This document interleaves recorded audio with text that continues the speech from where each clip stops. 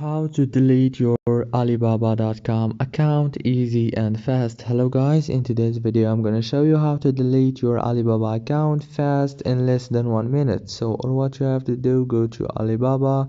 Now this is the home page. As you can see, go down here and click on my Alibaba option here down below. Now right here, go down and until you find the settings option right here and click on it.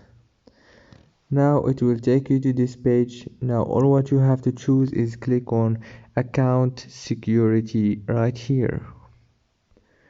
And now after you click on account security, it will take you to this page.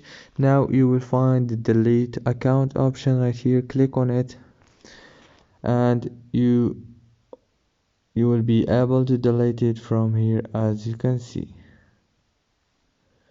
If this video was helpful, please don't forget to like and subscribe, and thank you so much for watching.